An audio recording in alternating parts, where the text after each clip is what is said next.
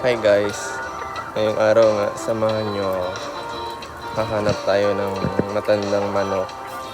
Ganito palang buhay dito sa Sabah, Malaysia. Dito po, nagtatrabaho po ako sa poultry. Hindi man malaki ang sahod, pero sapat na para sa aking kinakailangan araw-araw. Dito po ako sa poultry.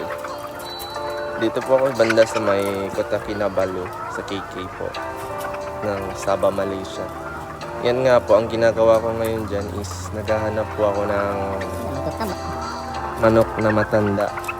Kasi may nagpautos na maghanap daw ako ng magandang manok. Medyo magandang buhok, mataba. Tapos, yan. Dala-dala ko na nga pala yan. Ang problema lang, hindi ko pala alam, payat pala yung manok, katulad ko payat. Kaya, mamaya-maya konti, ibabalik ko na naman yan ulit. At hahanap naman ako ng iba. Pero ayos lang. Marami naman manok mapipilian. Yan nga pala, binabalik ko na ang manok. Kasi nga, payat siya eh. Pipili na lang ako ng iba. Mahirap, pero kailangan kakayanin dahil may mga taong nagmamahal sa atin at naghihintay pa.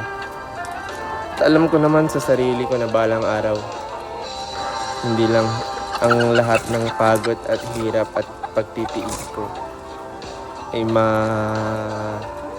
kakaroon din ng kaligayahan at tagumpay.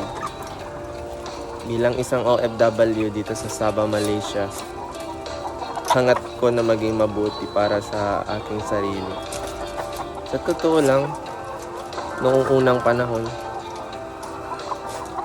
masama ako. Pero ngayon, gusto kong unti-unti magbago sa aking buhay. Kahit papaano, meron akong maipagmamalaki bago man ako mawala dito sa mundo.